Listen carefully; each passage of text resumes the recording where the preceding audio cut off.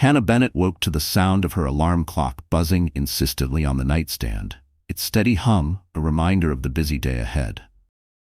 She blinked herself awake, momentarily disoriented by the soft glow of early morning sunlight peeking through the thin curtains.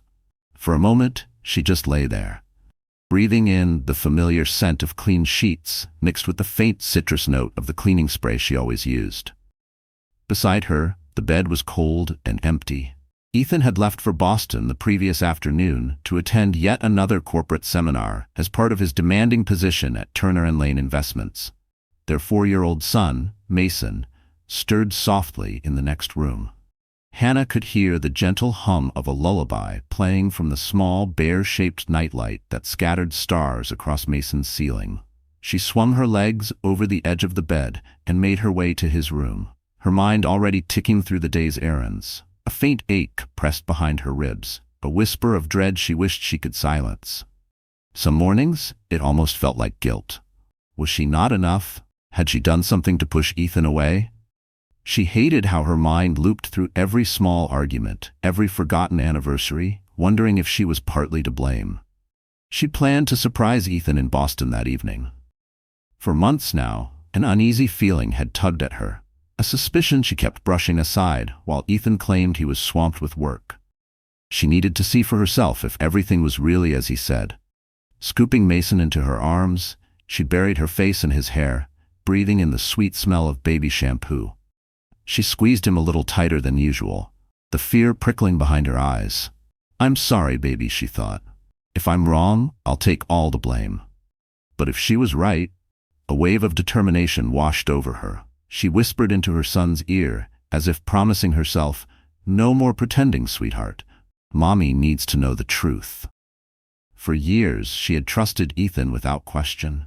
He had always been the steady anchor in her life, the man who found time for bedtime stories and Sunday barbecues, even as he climbed the corporate ladder. But lately, something had shifted. It showed in the way he dodged her eyes at dinner, in the vague excuses after late-night phone calls. Hannah needed the truth, and she was ready to get it. Despite the nagging doubt, she couldn't forget that the man who once charmed her with wildflowers on their first date. Back then, Ethan had been everything to her. They'd met by chance at a photography exhibit in downtown Portland, introduced by friends of friends. Hannah was immediately drawn to his easy laugh and calm self-assurance. They shared a love for visiting art galleries, volunteering at animal shelters, and dreaming of a life full of travel and kids. But as Ethan climbed higher at the firm, business trips became routine. It began with a quick day trip to San Francisco, then a 3-day retreat in Denver. Hannah had pushed aside any unease, reminding herself that she married a driven man. His success was their success. But with each step up the ladder, Ethan's workload exploded. His phone was a constant buzz of alerts, his eyes always shadowed with tension. When she asked questions, he brushed them off. A month ago, Hannah found a receipt tucked in Ethan's jacket pocket from the Grand Oak Hotel in Boston. It was for an extravagant dinner for 2. Ethan had insisted it was just a business dinner with a possible client named Mr. Parker, but the signature on the receipt wasn't in Ethan's handwriting. Warning bells went off in Hannah's head. But fear kept her quiet, afraid of what she might uncover if she pushed too hard. In the back of her mind, she clung to a fragile hope that there was still an innocent reason behind it all. That morning, as she kissed Mason goodbye and left him in her mother's care, Helen Carter, Hannah's stomach twisted with nerves. She lingered by the door longer than usual, brushing a strand of hair from Mason's forehead, silently promising him that everything would be okay, even if her heart wasn't sure at all. Part of her wished she could just turn around, unpack her bag, and crawl back into bed, pretending nothing was wrong. But she knew she'd never sleep again if she didn't face this. She kept telling herself this was just a surprise visit to remind Ethan that his family was right here, loving him and waiting for him. She prayed her suspicions were foolish and that by tonight they'd be laughing about how paranoid she'd been. She had no clue that what she would see in just a few hours would shatter that hope completely. The drive from their quiet neighborhood in Brookside to Boston usually took just over an hour, but traffic dragged it out closer to 2. Hannah kept tapping her fingers on the steering wheel, eyes darting to the clock every few minutes. She caught herself rehearsing lines she'd say if she was wrong. "I'm sorry for doubting you, Ethan. I'll never question you again." Then her chest would clench at how pathetic that sounded, and she'd grip the wheel harder, wishing her mind would stop spinning. Each red light felt like a cruel test of her resolve, and every mile brought her closer to a truth she might not be ready to face. She had planned it carefully. Arrive at the hotel lobby around 7 in the evening, text Ethan to meet her by the grand staircase, and surprise him with a kiss he wouldn't forget. She hoped the unexpected moment would bring back the spark that had dimmed over the past year. As she maneuvered through the busy city streets, Hannah thought back to how much she used to love Boston. She'd gone to college here and always felt energized by its skyline and bustling sidewalks. But today, the city seemed overwhelming, the tall buildings closing in on her. She turned onto Beacon Street, weaving through the evening crowds, her heartbeat picking up with every block. She parked in an underground garage and made her way up to the Harbor Grand Hotel, a towering glass structure that seemed to stretch forever into the sky. Hannah dabbed on a touch of lipstick, checked her reflection in the polished steel of the revolving doors, and drew in a calming breath. Her fingers trembled so badly she almost dropped her purse. "Don't fall apart now," she silently begged herself. She told herself one last time, "Smile, stand tall, no matter what you see." She forced her nerves down. If she was going to confront Ethan, she needed to do it with her head held high. Clutching her purse, she stepped into the spacious lobby with its marble floors and sweeping ceilings. She could almost picture Ethan's shocked grin, the way he'd scoop her up into a playful spin. But as her eyes swept across the lounge and check-in desk, he wasn't there. Instead, something else caught her eye and made her stop cold. Near the softly lit bar, under warm golden lights, sat Ethan. He wasn't alone. A woman with dark, flowing hair leaned in close, her hand resting on his arm in a way that made Hannah's chest tighten. For a split second, she begged herself to believe it was nothing. But deep down, she knew. Maybe it was just some misunderstanding. Maybe she was a coworker, and they were just going over work details. But then Ethan turned to the woman, and their lips met in a slow, unmistakably intimate kiss. Hannah felt like she'd been punched in the gut. A wave of numbness spread through her limbs, pinning her to the spot, while the rest of the lobby blurred until all she could see was her husband kissing a stranger. It felt unreal, like a nightmare she couldn't snap out of. She stood there, barely 20 feet away, completely invisible to Ethan. The woman, dressed elegantly in a fitted black coat, pulled back and gazed at him with a tenderness Hannah recognized immediately. It was the look of someone who wasn't just a fling. In that split second, Hannah understood with painful clarity this wasn't some harmless mistake. This had been going on long enough for them to feel comfortable flaunting it in public. Tears burned at the corners of her eyes, but fury quickly smothered her shock. How dare he do this, here, so openly? She wanted to march right over, slap him, scream, make a scene. 1,000 thoughts collided in her head: heartbreak, rage, shame, and the last fragile shred of her pride. But in the end, she drew a trembling breath and forced herself to step back, slipping into the shadows of the wide corridor, leaving Ethan and his mistress oblivious to her presence. She couldn't remember how she'd made it from the hotel to the street. One moment she'd been standing on that cold marble floor, watching the man she trusted betray her. The next, she was stumbling down the sidewalk, gulping in the icy Boston air. Her phone buzzed in her purse, but she didn't dare look. If it was Ethan, she couldn't bear to hear his lies. If it was anyone else, she didn't have the strength to explain what she had just seen. She wandered aimlessly through the city for what felt like hours, tears slipping down her cheeks unchecked. In her mind, the scene replayed again and again, each loop cutting deeper. She saw Ethan's smile on their wedding day. She saw the tears in his eyes when Mason was born. She saw all the nights he whispered promises about forever. How could that same man now kiss another woman, as if none of it mattered?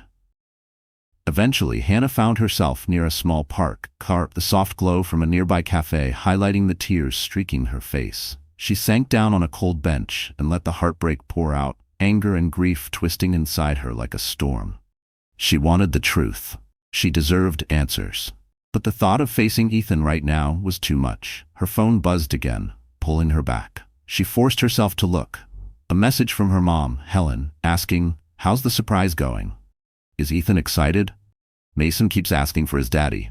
Hannah's stomach twisted so painfully she almost doubled over. How could she ever explain this to Mason? Her fingers trembled as she typed a quick, shaky reply. "Not great. I'll be home soon."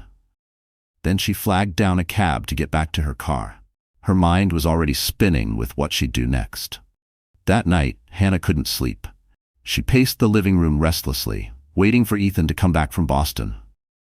She had no intention of confessing that she'd been there too. She wanted to let him lie first, to see just how deep he'd bury himself. It was close to midnight when Ethan finally walked through the front door, a duffel bag hanging from his shoulder and the faint scent of hotel soap still clinging to him. "Hey, babe," he called out, his voice easy, almost warm, like nothing was wrong at all. "Conference ran late. You didn't have to wait up." Hannah forced a tight smile. "I wanted to see you," she answered coolly. Inside, a silent scream coiled in her throat, beating against her ribs until it almost suffocated her. She was astonished at how well he could pretend. Her heart slammed in her chest, every muscle tense with the urge to yell at him, to demand the truth. But she held back, letting the silence stretch between them like a loaded wire. Ethan strolled into the kitchen, filled a glass with water, and held it out to her too. When he turned back, Hannah met his gaze without flinching.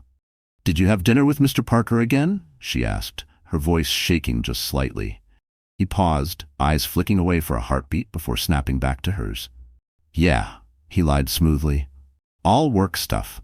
Same as before."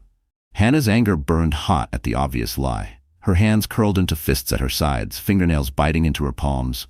A fierce heat crawled up her neck, shame mixing with rage at how stupid he thought she was. She could feel herself starting to unravel. Suddenly, the dam burst. "Stop lying to me, Ethan. I saw you." The glass slipped from his hand, crashing onto the tile floor and exploding into shards. For a moment, neither of them moved. The truth hung in the air, heavier than all the tension that came before it. "You saw me?" he whispered, the color draining from his face. Hannah swallowed a jagged breath, tears threatening to spill. "I was at the Harbor Grand tonight. I saw you, with her." She hurled the last word at him like poison, each syllable dripping with betrayal. Ethan's mind scrambled behind his eyes, shock, denial, then a flicker of raw panic. He opened his mouth, shut it, then finally forced out, "It's not what you think." Hannah barked out a bitter, broken laugh. "Oh, really? Because it looked like you and that woman were plenty comfortable together."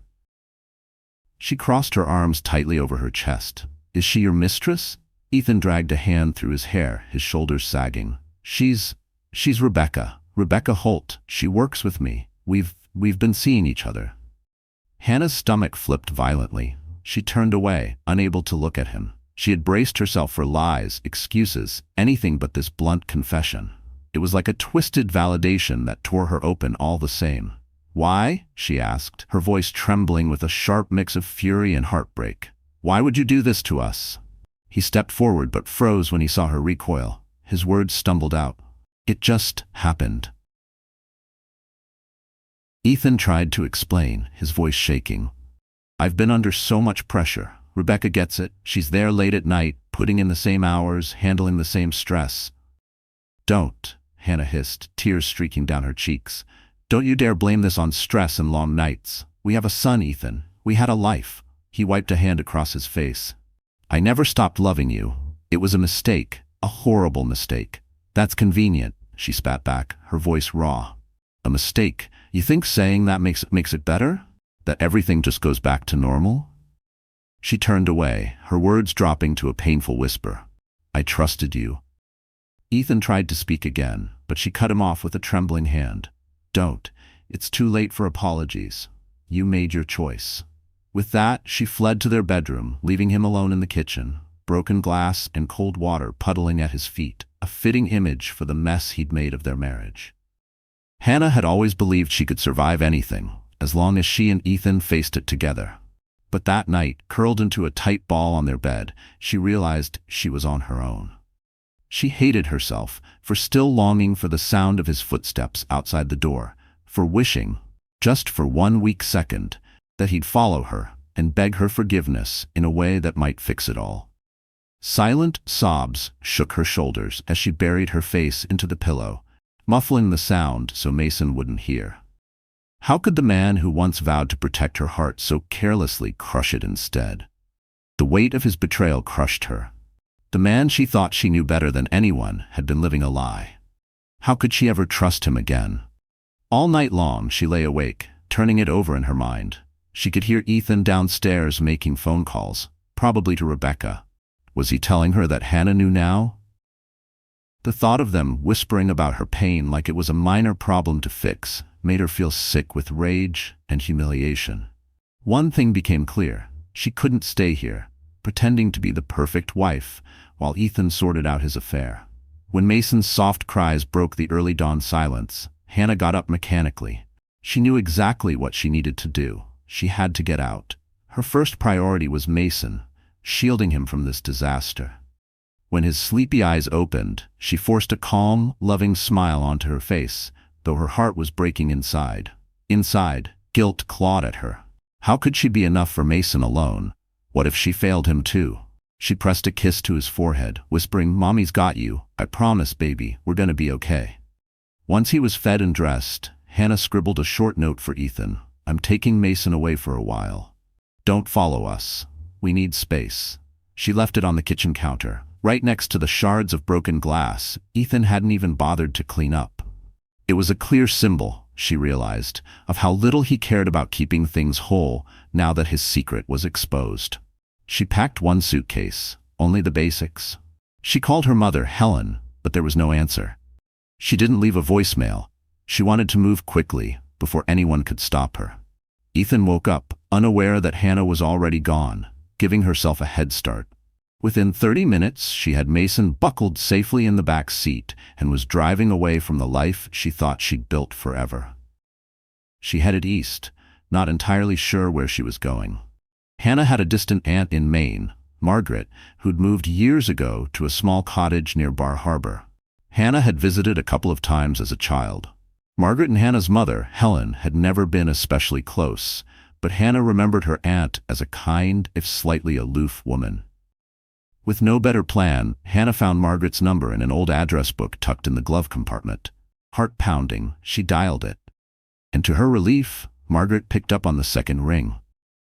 After a rushed explanation, careful to skip most of the raw truth, Hannah asked if she and Mason could stay for a while. "We just need to get away," she confessed, her voice trembling. Despite the years of silence, Margaret paused only briefly before agreeing. The promise of a temporary refuge slowed Hannah's racing pulse. A weight she didn't even realize she'd been carrying lifted. Just a little. At least someone still had room for her in Mason when her own husband did not. Yet even as relief flooded her chest, a sharp edge of shame pricked at her. Was she a coward for running? Should she have stayed and fought for her family instead of fleeing into hiding like this? She pressed harder on the gas, determined to put as many miles as possible between her and Ethan. In the back seat, Mason drifted off to sleep, hugging his little stuffed bear. Now and then, Hannah checked the rearview mirror, tears burning her eyes. Guilt stabbed at her for uprooting Mason's world. But deep down, she knew she was protecting him from a storm he was too young to understand. She whispered to the sleeping boy, her voice cracking despite the soft promise, "I'm so sorry, baby. I promise you'll never feel unloved because of this." At least for now, they'd be safe in a quiet cottage by the water, far from the wreckage Ethan's betrayal had caused. As the city skyline faded into endless highway and green fields, Hannah's thoughts tangled into knots. She had no real plan beyond today. The heartbreak was too raw to even think about lawyers or custody battles, but she knew one thing for sure. She wouldn't let Ethan's lies shape her future or Mason's. If he wanted to keep living a double life, he could do it alone. Still, a tiny traitorous thought whispered at the back of her mind. What if leaving him only made her more alone than ever before? What if no one ever loved her the way she once thought he did? Back at the house, Ethan woke to silence that normally felt like peace after a business trip, but now felt suffocating. He rubbed his eyes, grabbed his phone. No new messages from Hannah. Confusion prickled at him. Mason should have been laughing in the living room. Hannah should have been making coffee. He dragged himself out of bed as the memory of last night hit him like poison seeping through his veins. He found Hannah's note on the kitchen counter, right next to the shards of glass he hadn't cleaned up. His stomach dropped as he read, "I'm taking Mason away for a while. Don't follow us. We need space." Shock turned quickly into dread. She was gone, and she'd taken Mason. Running a shaky hand through his hair, Ethan grabbed his phone and called Hannah, but it went straight to voicemail.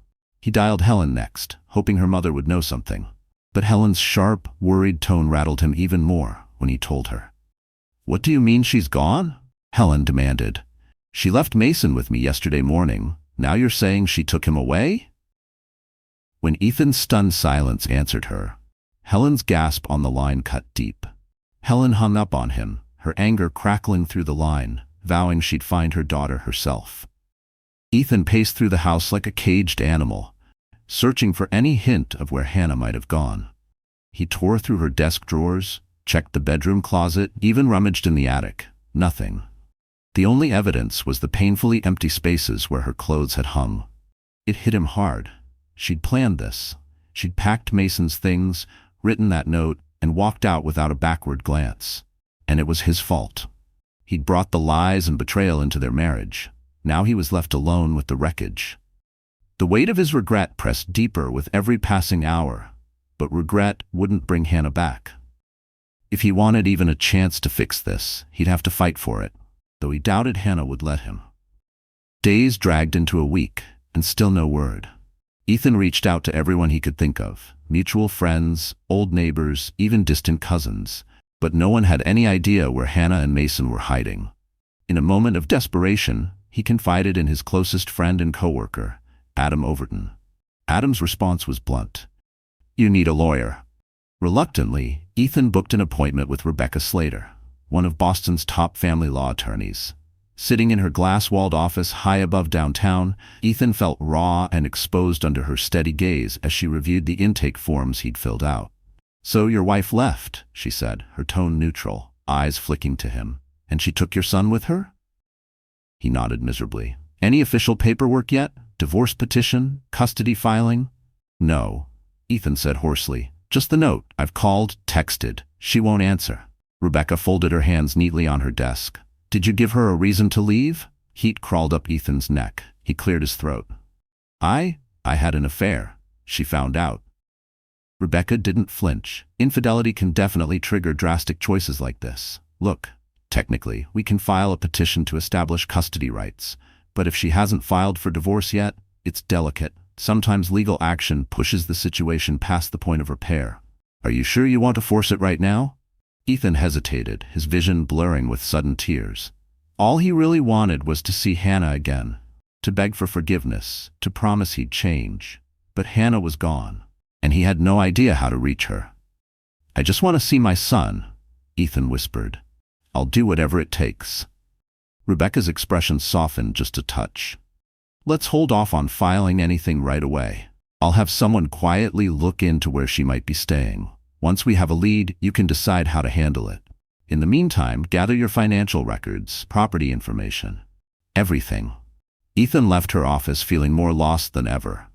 It struck him like a punch to the gut. He'd set this disaster in motion himself.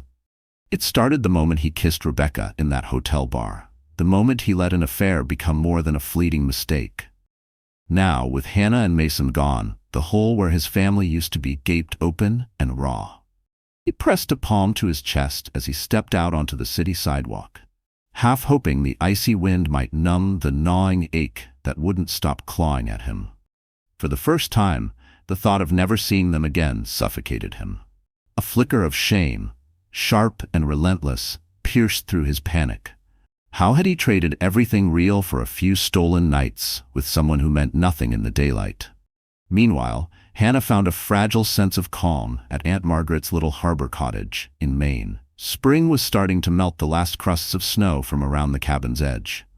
Mason, blissfully unaware of the turmoil, loved splashing at the water's edge in his rubber boots, shrieking with laughter when the chilly waves kissed his toes, and proudly collecting shiny rocks for his treasure box.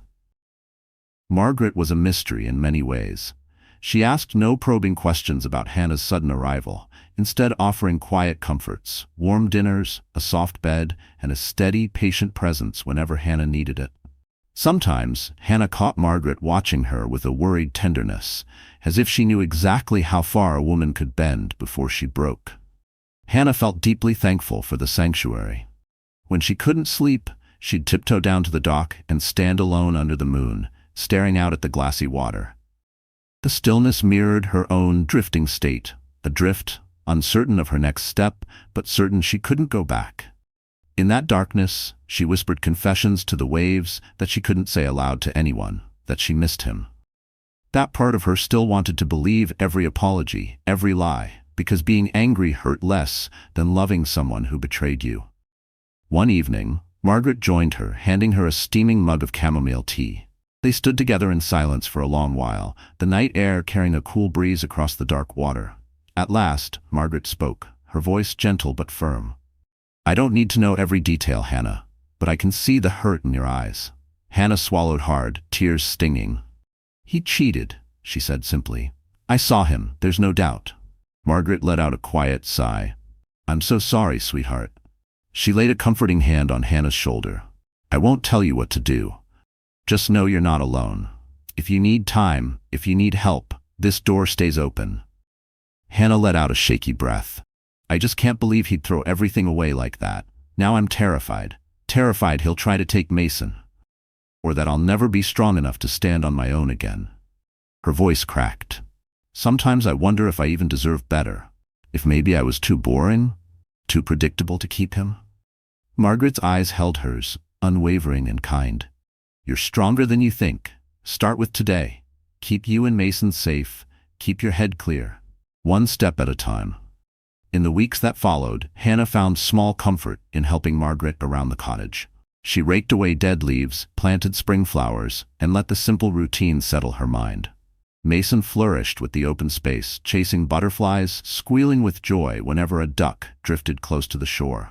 The ache of betrayal never fully left, but day by day, Hannah felt something solid rebuilding inside her. A seed of strength, steady and real. Back in Boston, Rebecca Holt, Ethan's mistress, was wrestling with her own consequences in the wake of Hannah's sudden disappearance. Ethan had started pulling away from her, his mind too tangled with guilt and fear. Their once heated affair? What had once been fueled by late-night brainstorming sessions and stolen hallway kisses was now curdling under the weight of real consequences. Rebecca was no stranger to ambition. She thrived in the cutthroat world at Turner and Lane Investments. But rumors had a way of sticking to boardroom walls. Whispers about the married Ethan Bennett's affair spread like wildfire, and it didn't take long for people to point fingers at Rebecca.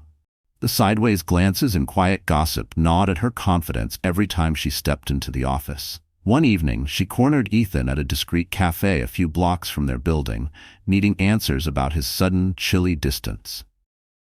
"I feel like you're punishing me for something we both chose," Rebecca said, frustration tightening her voice. Ethan rubbed his forehead, exhaustion carved into every line on his face. He looked older, worn down. "I'm not punishing you," he said quietly. I'm worried about Hannah and Mason. They're gone, Rebecca. I have no idea where they are, and it's my fault."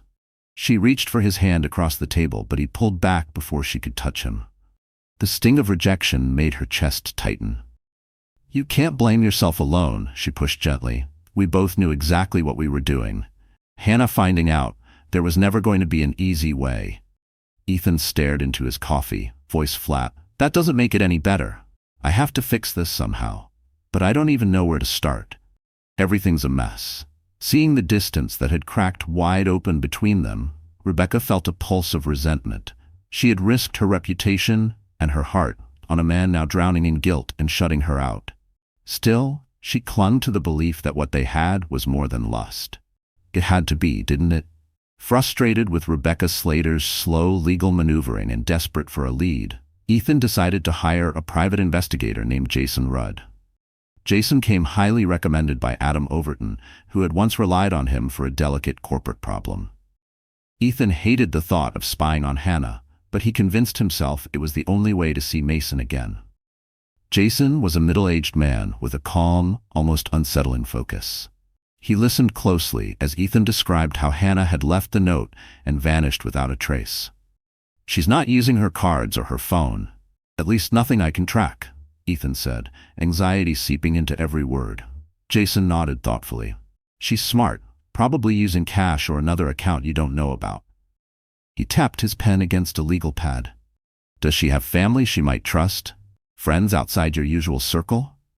Ethan thought immediately of Helen, but Hannah's mother seemed as clueless as he was. Mom's side, Margaret or something? They weren't very close. Jason scribbled down the name Margaret. "Good enough. Sign these," he said, handing Ethan a stack of authorization forms. "I'll check phone logs, any property in that name. It might take time, but we'll find them." As Ethan signed, his heart pounded with tangled emotions. Hiring a PI felt like violating Hannah's privacy, but the thought of doing nothing, of never seeing Mason again, was unbearable. He told himself this was for Mason, to be a father again, to mend what he'd destroyed. But a flicker of dread kept whispering. What would he even say if he found her? Could they possibly rebuild what he'd shattered? Would she ever forgive him? He pressed the pen so hard it nearly tore the paper, a small, useless show of control over the mess he'd made. The shame crawled under his skin like fire ants. What if Mason grew up remembering him as the man who hurt his mother? What if, years later, Mason hated him for pushing Hannah so far she ran away? The more he thought it, the more the forms in front of him blurred. Questions with no answers, but desperation pushed him on. Back in Maine, Hannah's days settled into a quiet rhythm. Breakfast with Aunt Margaret and Mason, long walks along the harbor's edge, short trips into the nearby village for groceries. She had enough savings to last a while, and Margaret refused to accept a single dollar for rent, insisting that Hannah's company was more than enough. Yet Hannah knew she couldn't hide here forever. Late at night, she pored over articles about divorce laws, spousal support, custody rights. The endless legal terms blurred on the screen until her head ached. She filled a notebook with scribbled questions, hoping that one day soon she'd find the courage and the money to get real legal advice. Sometimes, after Mason fell asleep, she'd stand in the bathroom, gripping the sink until her knuckles went white, asking herself over and over if leaving had been right. If maybe she was selfish for tearing her son away from his father's arms, even if that father had betrayed her. The questions never stopped. Sometimes she caught herself staring out the window, imagining Ethan showing up at the end of the drive, part of her terrified he might, part of her ashamed that a tiny corner of her heart wished he would. One afternoon, Hannah's prepaid phone, a cheap one she'd bought under a false name, buzzed unexpectedly.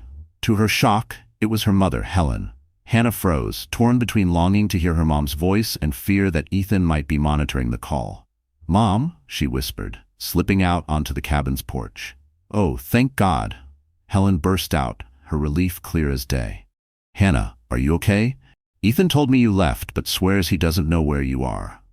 Hannah's throat tightened, tears stinging her eyes. She missed her mother so badly, but she couldn't risk giving anything away. "We're safe," she said softly. "I can't tell you where. Not yet." Helen sniffled on the other end. "I won't push, I needed to know you're all right. And Mason, he's okay?" "He's fine, Mom. He's healthy. He's happy." Hannah's eyes drifted to the water's edge where Mason was laughing and chasing a butterfly across the grass. He betrayed me, Mom. I can't go back." "Not now." Helen's voice cracked. "I understand, sweetheart. I don't even know what to think of Ethan anymore. He seems truly torn up. But this is your call. I trust you. Sweetheart, just promise me you'll stay in touch. I won't tell him anything you don't want me to," Helen pleaded gently. Hannah let herself feel a flicker of comfort. "Thank you, Mom. I'll call again soon." When she ended the call, Hannah felt a strange mix of relief and guilt. She'd reconnected with her mother, but shutting Ethan out completely still weighed on her. Yet every time she pictured him with Rebecca, the betrayal flared fresh and raw. She reminded herself, she was protecting Mason. She owed Ethan nothing right now. Back in Boston, Jason Rudd's search finally paid off. He traced a property under the name Margaret Carter, a modest harborside cottage in Maine. Utility records showed a sudden spike in usage, hinting at new residents. One morning, Jason met Ethan at a quiet cafe, sliding a manila envelope across the table. "This is probably where your wife's staying," Jason said plainly. "All signs point there. She's been there a few weeks at least." Ethan's hands shook as he flipped through the paperwork. A deed with Margaret's name, small bank charges for groceries, and a few discreet photos of Hannah's car tucked away off a gravel road. Guilt and hope twisted painfully in his chest. She was safe. Mason was safe. They were close enough to reach by car. "What do I do now?" Ethan asked in a small voice. Jason shrugged. "That's up to you.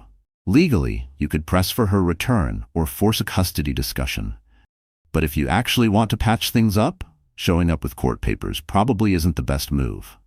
Ethan swallowed, an image of Hannah's devastated face haunting him. "I just want to see my son," he murmured, "and I want Hannah to know how sorry I am." Jason gave him a curt nod. "Then go, but do it gently." Fueled by this new hope, Ethan set out that same afternoon. The drive felt endless, every thought spiraling into a storm. Would Hannah even open the door? Would she let Mason see him? Did he deserve a second chance? Each mile closer made his chest tighten with dread and longing.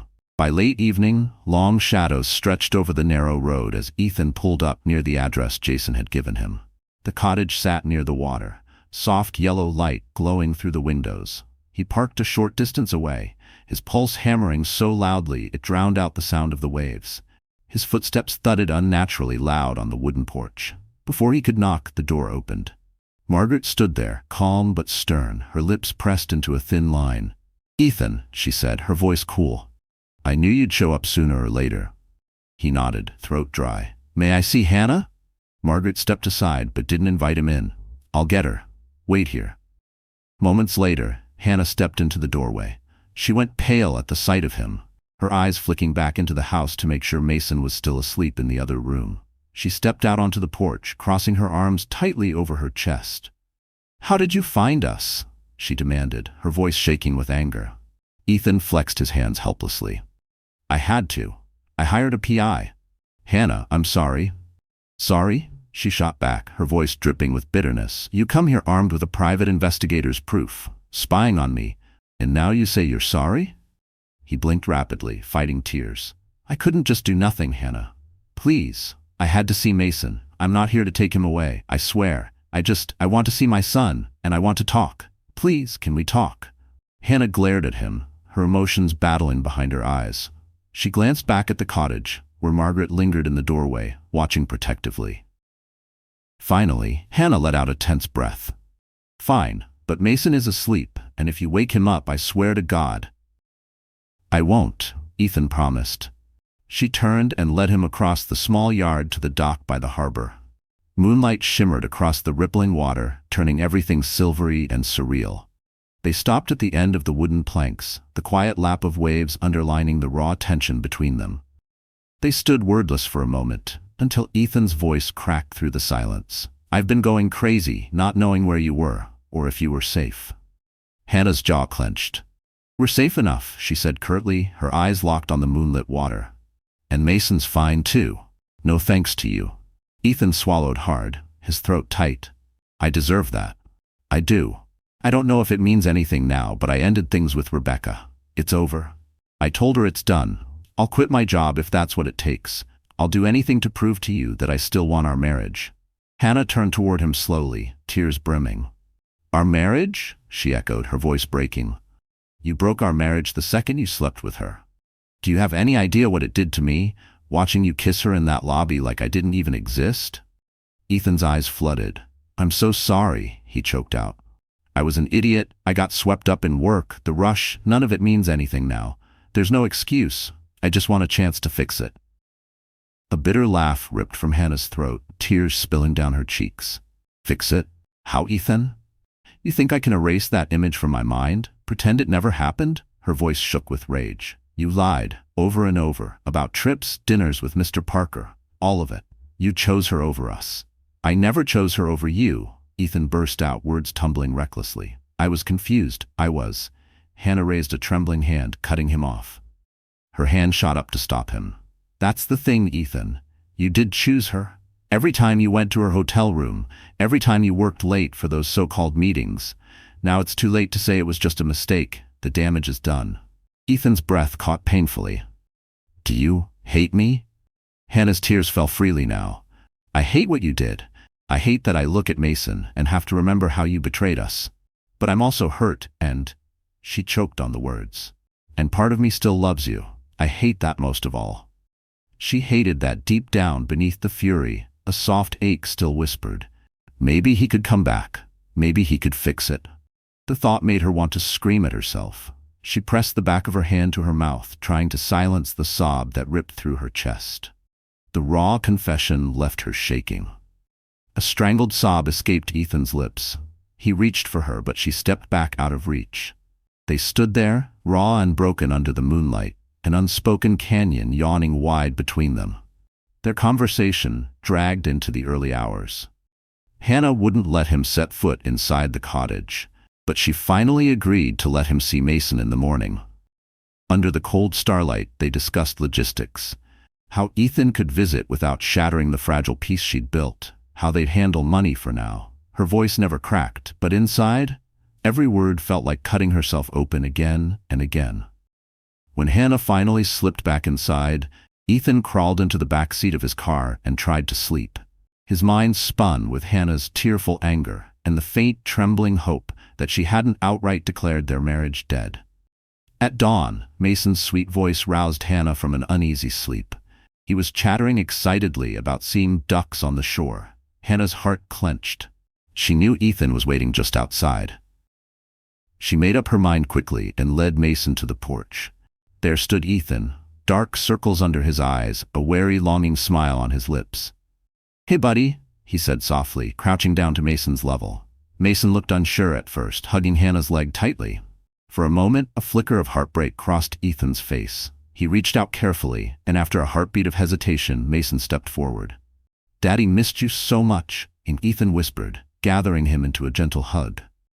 His eyes squeezed shut, as if holding Mason might keep the rest of his broken world from slipping away entirely. Hannah watched, tears prickling at the corners of her eyes again. She reminded herself, Mason deserved his father, no matter how flawed. That tiny reunion carved fresh cracks into Hannah's defenses. Part of her wanted to shove Ethan away all over again. Another part, traitorous and exhausted, wanted to curl into him and pretend none of this had ever happened. She hated herself for wanting that. They spent a tense half-hour together, Ethan helping Mason toss breadcrumbs to the ducks while Hannah stood back, arms crossed protectively. When Mason turned and asked in his small, earnest voice if Daddy was coming home, Hannah's throat closed up. She could only shake her head. Ethan glanced at her, regret etched deep in his eyes. "Let's take this one step at a time," he murmured, speaking more to Hannah than to Mason. She gave him a stiff nod, swallowing the pain. For Mason's sake, she told herself, they had to find a way to coexist, whatever that meant. Over the next few days, Ethan rented a modest cabin a few miles down the shoreline. Hannah allowed him carefully supervised visits, making sure Mason didn't feel confusion or the sting of broken promises ever again. It was an uneasy truce. Hannah refused to talk about any permanent reconciliation. Her wounds were still too raw, but she didn't push for a divorce either, torn between the stubborn remnants of her love for Ethan and the deep, festering anger he'd left behind. Aunt Margaret quietly watched the fragile dance between them, offering Hannah gentle words of support but never pushing. She saw the storm in Hannah's eyes, knew how heartbreak, betrayal, and lingering love could twist a person in knots. Sometimes Hannah and Ethan found themselves slipping into old, familiar talk. Mason's bedtime rituals, his favorite nursery rhymes, what he'd eaten for lunch that day. These ordinary exchanges felt strangely comforting, like faint echoes of the life they once shared. Sometimes, after these brief, almost normal conversations, Hannah would retreat to her room and cry into her pillow, ashamed that part of her still wanted to believe him when he promised to do better. She hated that softness inside her, yet couldn't rip it out.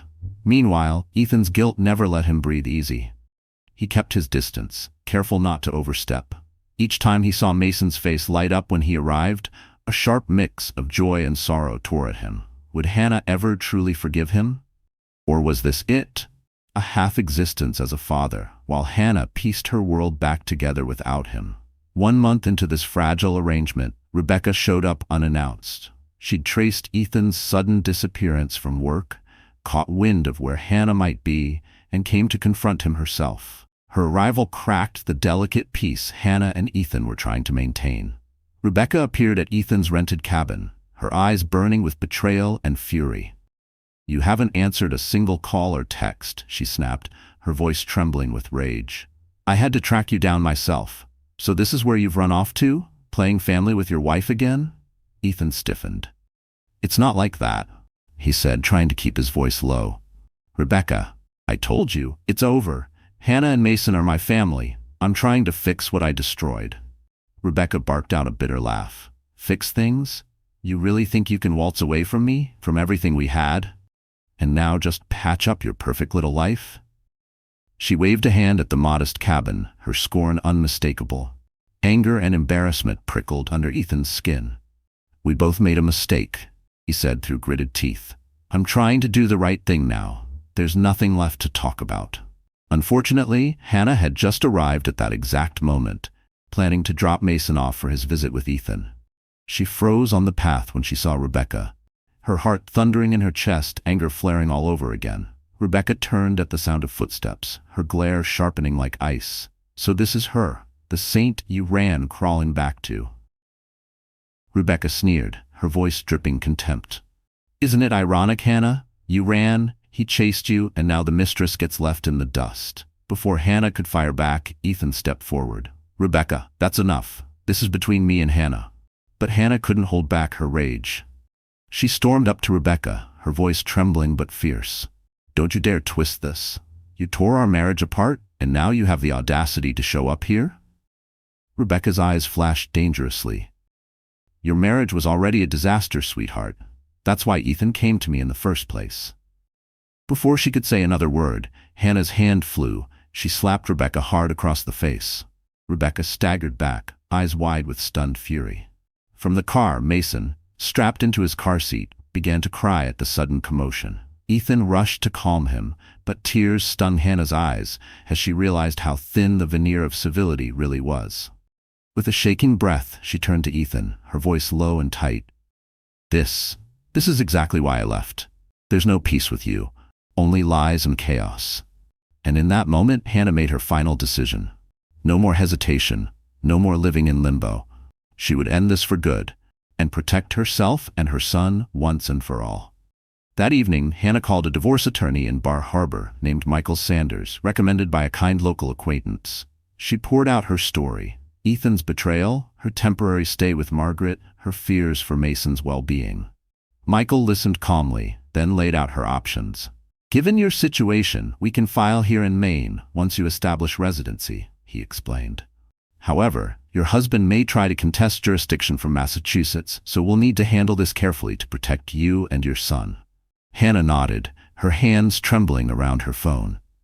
But inside, she felt a strange clarity settle, like a heavy weight finally sliding off her shoulders. She was done hiding.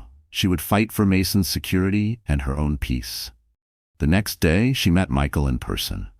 His office was modest but neat, and his calm, steady presence gave her hope. She handed him a folder of notes and documents she'd painstakingly gathered. Evidence of Ethan's affair, financial statements, Mason's birth certificate. "I have to do this," she said, her voice wavering but sure. "I can't live in this half-life anymore." Michael squeezed her hand reassuringly. "You're making a strong, brave choice. We'll file the paperwork right away. Be prepared. Your husband might contest it, and it could get messy. But I'll be right here to guide you through every step." Hannah exhaled shakily. "Thank you," she whispered, tears brimming. "All I want is peace, for Mason and for me." When Ethan received the divorce papers by courier at his rented cabin, a wave of nausea nearly knocked him over.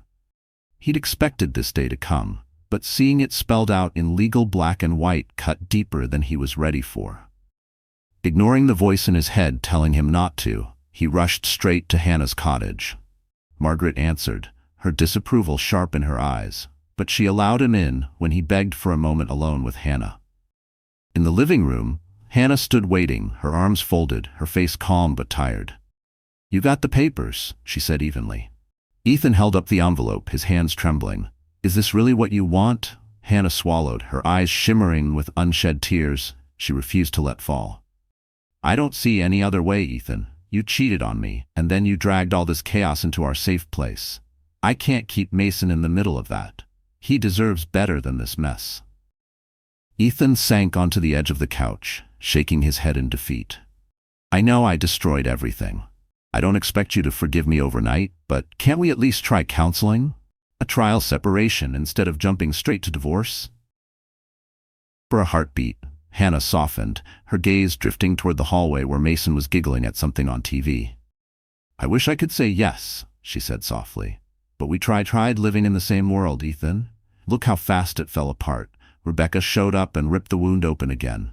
I can't live like this anymore. My heart can't take it. I have to move on. Ethan felt tears burning hot behind his eyes. His voice broke. What about custody? I don't want to lose Mason, Ethan said hoarsely. Hannah's jaw tightened. We'll work out an arrangement. He needs his father, but not if it means I have to live in constant pain. Ethan nodded, tears slipping down his face. I understand. He stood there clutching the divorce papers like they weighed 1,000 pounds.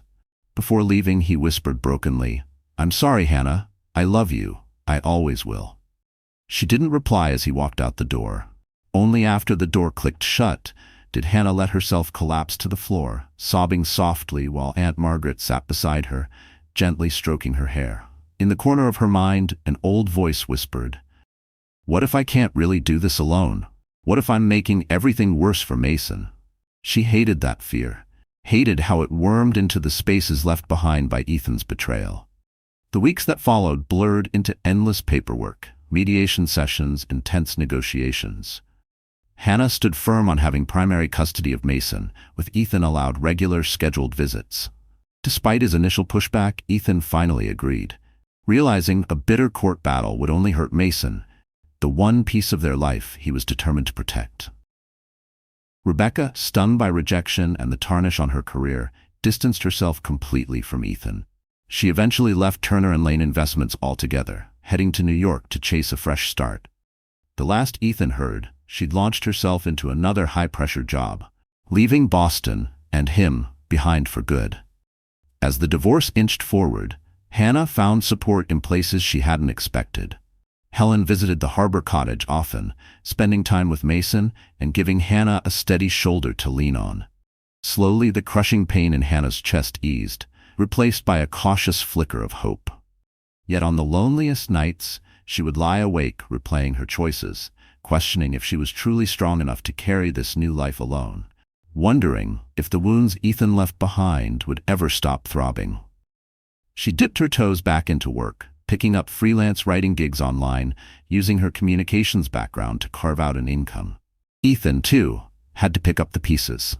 He resigned from Turner & Lane after the scandal and accepted a humbler role at a smaller firm.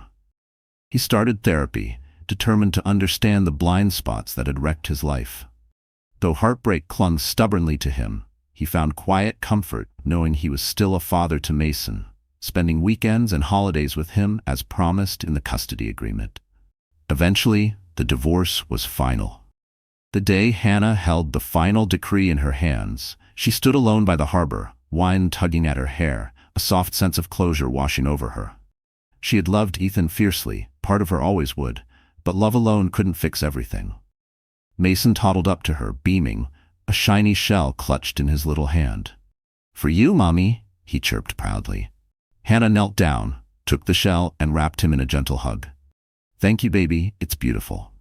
From the porch, Margaret watched with a quiet, warm smile. She remembered the frightened young woman who had arrived on her doorstep months ago, desperate for a safe place to land. Now Hannah stood straighter, calmer, still healing, but no longer fragile. That evening, Hannah sat at her laptop, browsing rental listings for a small place of her own, not too far from Margaret's cottage. She wanted Mason to grow up close to the peaceful harbor, but needed to build her own nest, her own fresh start. When her phone rang, she saw Ethan's name flash on the screen. He was calling to confirm his visit with Mason that weekend. Hannah's hand hovered for a heartbeat before she answered. Their conversation was civil, even kind. And in that simple exchange, Hannah realized that while their marriage was beyond repair, they could still build something new. An amicable, steady partnership as co-parents. And so, life began anew for Hannah Bennett. No longer the suburban wife, clinging to the illusion of a perfect family, but a single mother, forging her own path with quiet strength, protecting the little boy at her side, and tending gently to her own wounded heart. This was the story of a betrayal that shattered her, a bold escape that saved her, and a mother's fierce determination to shield her child, no matter what. Hannah Bennett's world turned upside down the moment she found her husband in that hotel lobby, yet she somehow found the strength to walk away and rebuild, even when her heart ached with leftover love and deep loss. Through family, quiet solitude, and an unshakable devotion to her son, she carved out a new life for them both. They say every marriage hides secrets, some so small they slip unnoticed, others so huge they can rip trust right from its roots. But what if that secret is exposed under the harshest light imaginable, a bustling upscale restaurant? And what if, at that exact moment, a wife learns her husband has betrayed her while she's carrying his child? Should she protect him, destroy him, or blow up their world in one reckless decision? This story follows the meteoric rise and brutal downfall of Daniel Whitmore, a man who seemed untouchable until one dinner turned his life into a wildfire of scandal and legal ruin. Daniel Whitmore had always radiated a confidence that skated the edge of arrogance. He was the kind of man you couldn't ignore in a crowded room, tall, immaculately groomed, with a gaze so direct you'd swear he saw the truth you weren't ready to share. At 37, he was already CEO of one of the fastest-growing private tech investment firms on the East Coast, Whitmore Capital Partners, headquartered in downtown Boston. Industry insiders whispered all kinds of breathless comparisons. He's the next Elon Musk, or he's gunning to rival Gates in philanthropy. Daniel soaked it up, feeding every rumor into his restless drive to conquer more. He'd lie awake at 3 a.m, staring at the ceiling, chasing numbers in his head, fighting the fear that someday all of it, his empire, his image, even Caroline, might slip through his fingers if he ever dared to slow down. Every whispered compliment only made him push harder. Sleep less, chase more, always one step ahead of the wolves at his back. He'd grown up far from boardrooms and gala fundraisers, in a cramped house in Rochester, New York, the son of a high school librarian and a laid-off construction worker. By the time he was 12, Daniel had sworn he would never again taste the sting of scarcity. If there was a peak to climb, he'd scale it first. If there was a rival in his way, he'd crush them or buy them out. After his first big win, a risky buyout of a floundering software startup that earned him a clean $20 million by the age of 26, Daniel was hooked on the rush of risk and reward. His wife, Caroline Whitmore, was the steady foundation behind his towering ambition. Once Caroline Morgan, she came from an entirely different orbit. The cherished only child of an old Connecticut family with deep real estate roots. Her father, Richard Morgan, owned a boutique firm that managed historic properties for the city's wealthiest families. Caroline carried herself with an effortless elegance that Daniel craved. Though he could dazzle a pitch room, he often stumbled through the etiquette of high society. Caroline taught him how to mingle, charm, and command a room not with brashness, but with poise. In his darkest moments, he'd remember her calm voice in his ear at countless black tie galas. "Shoulders back, Daniel. Smile, but not too wide. Let them come to you." And when the suit came off and the lights went down, she was the only one who ever saw how badly he feared becoming that broke kid in Rochester again. For 6 years, their marriage had been a cocktail of passion, ambition, and simmering frustration, mostly because Daniel poured every ounce of himself into Whitmore Capital. Caroline had pleaded with him for years to start a family. He always promised, soon, pushing it down his endless priority list. But at last, to Caroline's breathless delight, she was pregnant. Daniel, for his part, seemed genuinely excited, though many nights he didn't come home until after midnight, exhausted, mumbling about client dinners or late-night strategy sessions.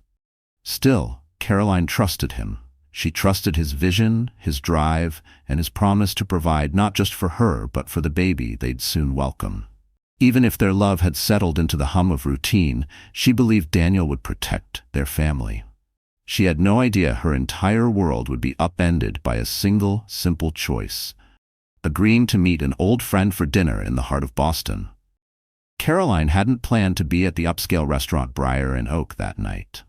She was 8 months pregnant and more worn out than usual, but her college friend, Melanie Carter, was passing through Boston for the first time in years and insisted on seeing her. To Caroline, it felt like an unexpected reprieve. A small escape from waiting alone on the sofa for Daniel to come home at whatever hour he pleased. Melanie had picked Briar and Oak because she'd seen it featured in a luxury magazine. Inside, the restaurant shimmered with crystal chandeliers, and each table was tucked behind semi-translucent screens that glowed with soft amber light. A gentle hum of whispered conversations drifted through the air, punctuated by the occasional chime of polished cutlery on fine china. Caroline arrived early, pausing at the hostess stand to steady herself, one hand pressed to her rounded belly. A kind staff member hurried over, guiding her to a plush velvet seat and offering a cool glass of water. She felt slightly out of place in her simple maternity dress, surrounded by elegant women in sleek cocktail gowns and men in tailored suits. But she brushed the feeling aside. She was here for Melanie, not to impress Boston's glittering elite. While she waited, Caroline decided to freshen up. On her way back to her table, something caught her eye through the gauzy screen of a private dining alcove. At first, she didn't know why she'd stopped. She could see a man's silhouette, tall, self-assured, and across from him, the outline of a woman with flowing dark hair. Caroline's heart stuttered. The tilt of his head, the familiar way he gestured. God, that was Daniel's exact mannerism. But it couldn't be. Daniel had told her he was stuck in an urgent meeting clear across the city. Pulse racing, Caroline inched closer to the screen, careful to stay hidden behind the heavy drapery separating the main dining room from the private alcoves. When a waiter passed by, she pretended to examine an oil painting on the wall until he moved on. Then she looked back. Yes, it was him. Daniel, in the charcoal suit he reserved for special private events, not boardroom dinners. And his companion was no colleague. The woman radiated an icy, striking beauty. Caroline didn't recognize her at first. Maybe a client, she told herself desperately. But then she saw the woman's slim hand slide across the table, fingers curling intimately over Daniel's. It was a lover's touch, not a business handshake. Caroline's stomach twisted. A wave of dizziness threatened to buckle her knees. She nearly lunged forward to storm in and confront him. Demand answers, demand an explanation. But instinct overruled rage. She wasn't ready for that scene. Not here, not now, not when she was 8 months pregnant and alone. So she watched. Daniel leaned in, murmuring something that made the woman, Sabrina Chen, she caught from snippets of hushed laughter, tilt her head and giggle, her glossy black hair falling around her face. Daniel reached out and tucked a strand behind her ear. Caroline's hands trembled violently, tears pressing at the backs of her eyes. She pressed herself flat against the wall, fighting the urge to collapse right there. She needed air. She needed to get out. Turning away, she nearly collided with a startled Melanie, who was just stepping inside the restaurant. Melanie's eyes widened at the sight of Caroline's pale, stricken face. "Caroline? Oh my God, what's wrong? You look like you've seen a ghost," she said, grasping Caroline's arms in gentle alarm. In a strangled whisper, Caroline rasped. Caroline managed to whisper, "I'm not feeling well, Mel. Can we please just go somewhere else?" Melanie, always attuned to her, didn't press. She gently looped her arm through Caroline's and led her outside, hailed a cab, and insisted they head straight back to Caroline's penthouse so she could rest. Caroline mumbled that she didn't want to be alone, that she needed to talk. Inside the taxi, the words tumbled out. She told Melanie everything. How Daniel was there in a private alcove with another woman, clearly far more than just a business contact. Melanie's face darkened with outrage. "You need to confront him," she said fiercely. "He can't get away with this, especially now, with you about to have his child." But Caroline sat frozen, mind spinning with 100 tangled thoughts, none of them good. Part of her wanted to slip back into denial, pretend she hadn't seen what she'd seen. Another part needed the raw truth to slap her awake. By the time they reached her building, she knew what she had to do. She would wait for Daniel to come home. He would have to stand in front of her and lie to her face, or tell her everything. The night crawled by, minute by painful minute. Melanie offered to stay, but Caroline insisted she needed to face Daniel alone. Melanie left only after making Caroline promise she'd call if she needed her, no matter the hour. When the door shut behind her friend, the penthouse felt impossibly vast and hollow.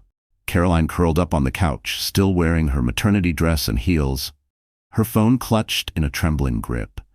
Inside her belly, the baby kicked restlessly, as if sensing the storm roiling through her.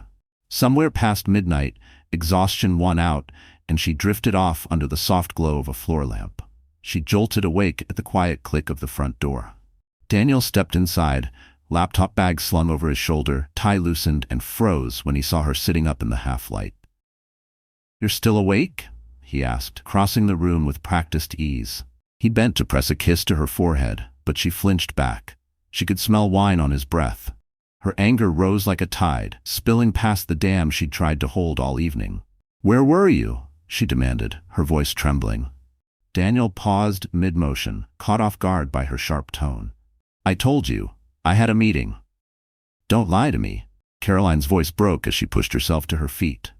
"I saw you, Daniel. I saw you at Briar and Oak with some woman, Sabrina Chen. You were touching her hair." His face went pale, then hardened into something cold and defensive. "You were spying on me?" "Caroline, what the hell were you doing there?" "Having dinner with a friend," she shot back, her eyes blazing. "But that's not the point. Don't turn this around. Tell me the truth." He dragged a hand through his hair, pacing the living room like a cornered animal. "She's just a client. Nothing more. The hair thing. It was just a friendly gesture. You know how these high-net investors can be. They like to feel personally connected. She's considering a huge stake in Whitmore Capital." Caroline stared at him, her chest tight with disbelief. "I'm not an idiot, Daniel. I know what I saw. That wasn't a harmless dinner with a client." Daniel exhaled sharply, lips pressed into a thin line. "Okay, yes, we're close. But it's complicated. Sabrina has deep ties with big Asian stakeholders. If I don't keep her happy, we risk losing millions. It's business, Caroline." Her voice rose, ragged and raw. "So you're sleeping with her to land a deal?" "It's not that simple," Daniel snapped, but he didn't deny it outright. "She's flirtatious, sure. Maybe I crossed a line. But this is for the company, for us. For our future." Rage gave Caroline a sudden, fierce strength that made her stand taller, despite the weight of her pregnancy pressing on her back. "Our future? Our baby's future?" she seethed. "This is how you plan to protect it? By betraying your wife?" Daniel's eyes flickered with guilt, but then hardened again, stubborn and defensive. "You don't understand the pressure I'm under, Caroline. Whitmore Capital is on the brink of something huge. A single major investment could catapult us into the big leagues," Daniel insisted, his voice harsh with conviction. "I can't afford to let moral scruples slow me down." Caroline felt as if the floor had vanished beneath her feet. She'd always known Daniel's ambition bordered on obsession, but hearing him admit he'd thrown away their marriage, their trust, for the sake of a deal, she was at a loss for words. A wave of bone-deep exhaustion and raw heartbreak crashed over her. "Get out," she finally rasped, her voice thin but unwavering. "Caroline," he started, trying to soften his tone. She turned away, her arms wrapped protectively around her belly. "Sleep in the guest room. I can't even look at you right now." He opened his mouth as if to argue, but the fight drained out of him. Wordlessly, he retreated down the hall, leaving Caroline to sink onto the couch, tears spilling down her cheeks. Half asleep, half weeping. Only one question pulsed through her mind like a wound. How could he do this to us? Morning sunlight spilled across the penthouse's floor-to-ceiling windows, rousing Caroline from a fitful, aching sleep. She sat up, body stiff from the night on the couch. For one foolish second, she almost expected Daniel to appear, contrite, desperate to explain himself better than it's for the company. But the apartment was hushed and empty. She checked the guest room. He was gone. No note, no message, just the lingering trace of his cologne in the hallway. Bitterness coiled in her chest like a snake. He'd simply gone to work, pretending none of it had happened. Trying to hold herself together, Caroline drifted through her morning routine. Feeding Winston, their fluffy gray cat, who meowed and twined anxiously around her legs. She made herself a cup of tea, staring blindly out at the Boston skyline, but none of it soothed her spiraling thoughts. Her phone buzzed with a text from Melanie. "I'm here for you." Caroline typed a quick thank you, then paced the living room, debating what to do next. Should she storm into Daniel's office and demand the whole truth? Call her father, tell him everything? As she passed by the TV, a news ticker caught her eye. The anchor's solemn tone filled the empty space. An ongoing investigation into possible insider trading and financial misconduct at Whitmore Capital. CEO Daniel Whitmore's office has yet to release a statement, but sources say the SEC is examining suspicious transactions and unauthorized information leaks. Caroline fumbled for the remote, turning the volume up as dread slammed into her ribs. Investigation? Insider trading? This was the first she'd heard of any official trouble. The anchor continued. Whitmore Capital has risen quickly in recent years, with many calling Daniel Whitmore the next Elon Musk or Bill Gates. But today, regulators question whether that growth was fueled by illicit means. Daniel Whitmore was seen dining privately last night with an unidentified associate, sparking speculation about hush money and off-record deals. Caroline's pulse roared in her ears. She saw it so clearly now. Briar and Oak, the secluded table, Sabrina Chen leaning in close. Was that dinner part of this? She grabbed her phone, scanning every financial news outlet she could find. Headlines exploded with the story. Whitmore Capital under federal scrutiny. SEC probe, secrets, lies, and billions at stake. But there was no direct link to Sabrina, just whispers that Daniel's private meetings might hold key evidence. Anxiety clawed at her throat. This wasn't just betrayal anymore. This could destroy everything. Their money, his company, their child's future. She dialed Daniel's number, voicemail. She called Amanda Wu, his hyper-efficient assistant, voicemail again. Heart pounding, Caroline forced down the swell of panic. Forget the heartbreak, she told herself fiercely. Protect your child, protect yourself. She threw on her coat, grabbed her bag, and stepped into the hall. If she had to confront Daniel face-to-face in his glass fortress, then so be it. Whitmore Capital's offices occupied the 20th through 22nd floors of a sleek steel and glass tower in downtown Boston. When Caroline stepped into the lobby, the usual hum of brisk greetings and clacking heels was replaced by a tense, uneasy hush. Small clusters of employees huddled in nervous whispers, casting worried glances at the row of men in dark suits rifling through file cabinets and laptops. It was clear. The investigation had already dug in deep. Caroline stepped out of the elevator on the 22nd floor. Daniel's domain, with its sweeping view of the Boston skyline. She braced herself for the sight of more strangers tearing apart the company he'd built from scratch. Sure enough, the reception area outside his office buzzed with investigators and tense staff. She strode up to a stern-looking man flipping through a stack of documents. "Excuse me, I'm Caroline Whitmore. I need to see my husband." The man barely looked up, his tone flat with fatigue. "Do you have an appointment, ma'am?" She let out a short, humorless laugh. "Appointment? I'm his wife. Is Daniel in his office?" The man jerked his chin toward a closed door.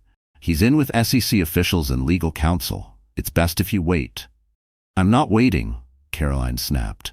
She didn't spare him another look as she marched to Daniel's office door. She tried the handle, locked. She knocked hard, ignoring the murmured protests behind her.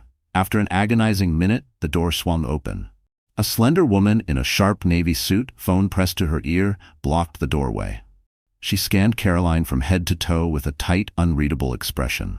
"Mrs. Whitmore, we're in the middle of a confidential session." Daniel's voice cut through. "Let her in." The lawyer stepped aside. Caroline swept past her, shutting the door firmly behind her. Daniel stood at his massive desk, arms folded, exhaustion etched into his face. Two men in dark suits, obviously SEC agents, sat opposite him, legal pads open, eyes flicking from Caroline back to Daniel. One of the agents stood. "We'll give you a few minutes, Mr. Whitmore." He and his partner gathered their files and left without a word. Silence settled like a storm cloud. For a heartbeat, husband and wife simply stared at each other. The bitter taste of last night's fight hung between them. Accusations, betrayal, and now this. Daniel exhaled, dragging a hand over his face. "Caroline, I was going to call you once this blows over." Caroline's hands clenched at her sides. She wanted to scream that she hadn't slept, that her mind hadn't stopped replaying every lie, every denial, while she pictured him with another woman, plotting ruin for the life they'd built. Her anger snapped back, razor sharp. Blows over? Daniel, you're under investigation by the SEC. It's on every major network. This is not some pothole in your precious road to success. He looked pained. I can't say much right now. It's an internal review. The lawyers want full cooperation but no public statements yet. There are rumors. But it's a misunderstanding. We'll clear it up.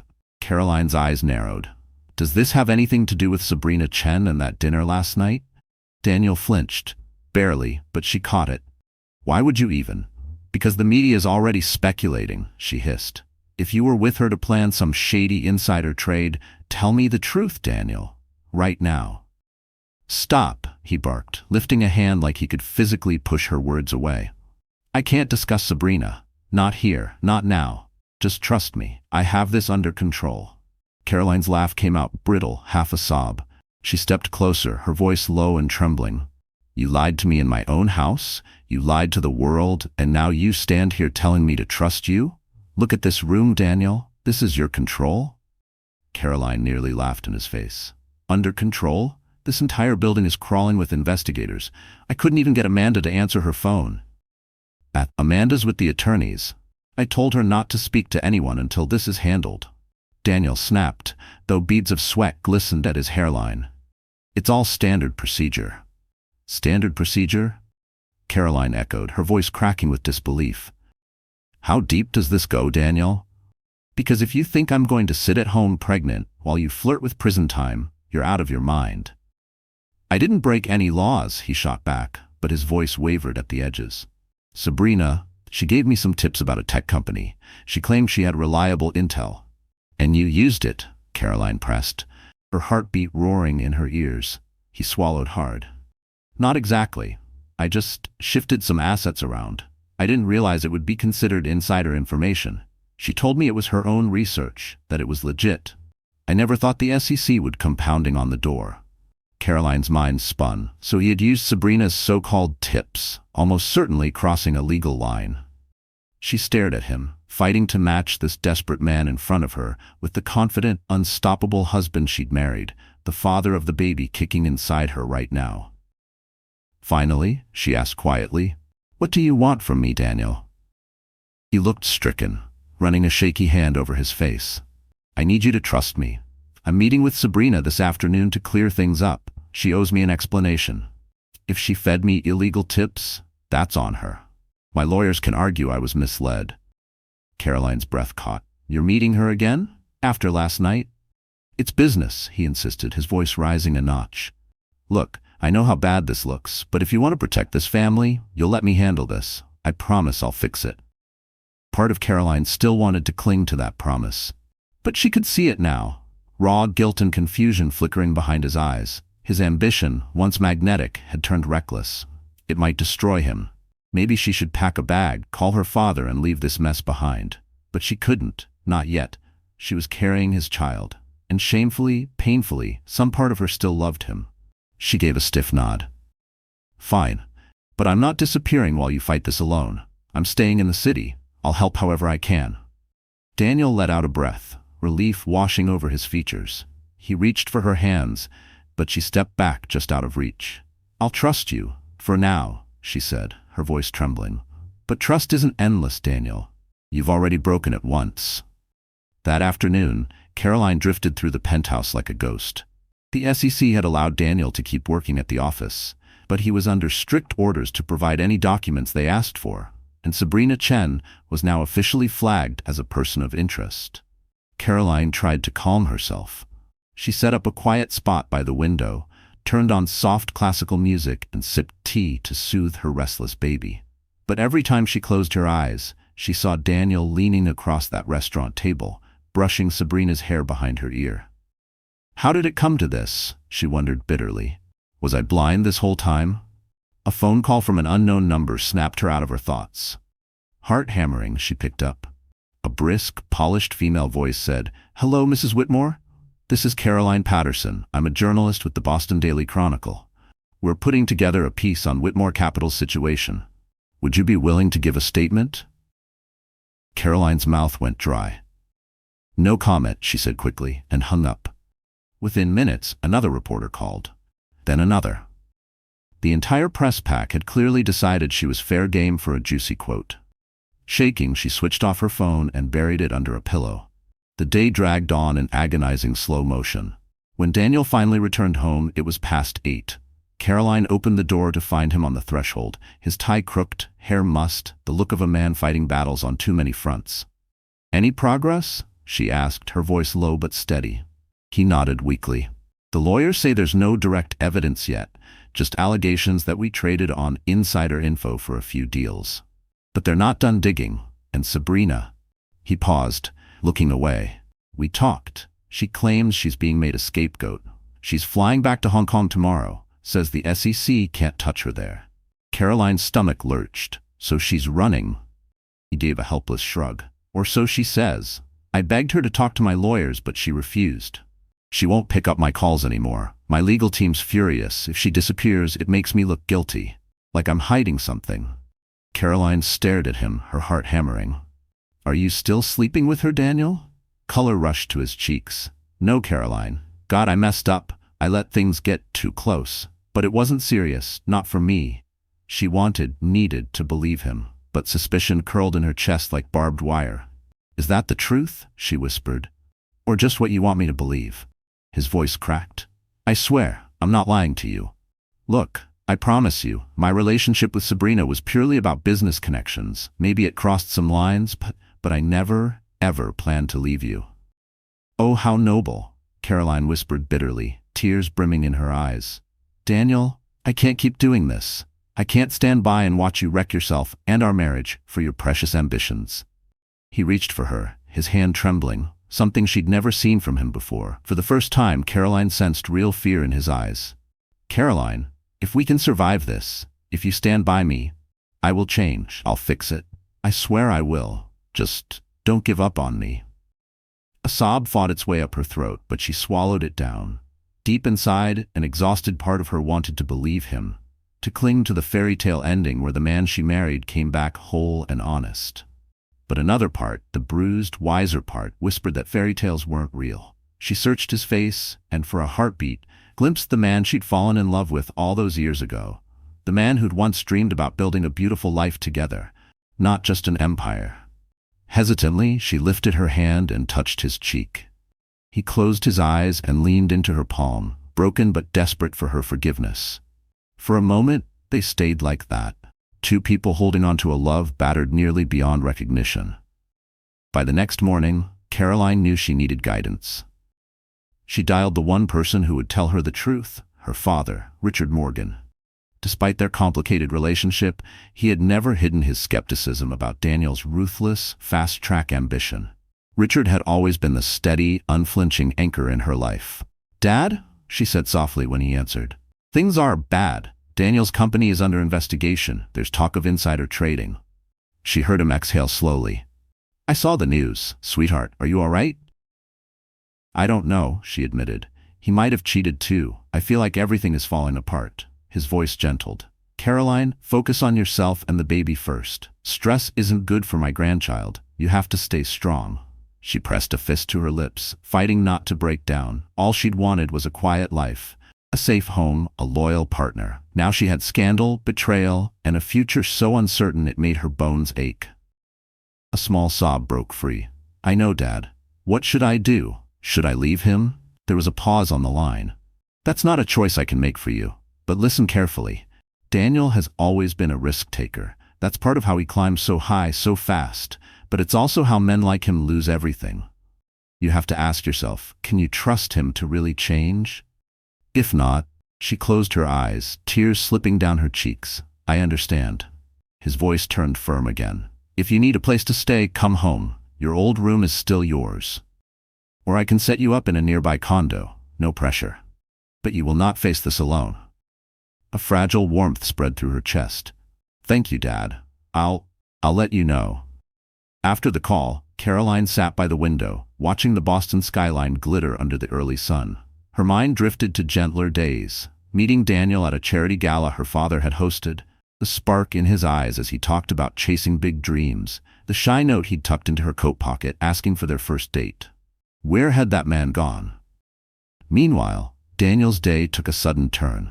He was due at the SEC's downtown office for a voluntary interview. His legal team insisted that cooperating fully would help his case. But an hour before he was set to leave, a text from an unknown number buzzed on his phone. Meet me at the Park Regency Hotel, room T02. Urgent, Sabrina. His heart thudded painfully. Why is Sabrina reaching out now? She'd claimed she was leaving the country. What could be so urgent that she'd risk contacting him? He showed the message to his lead attorney, Edward Langley. Langley's frown deepened immediately.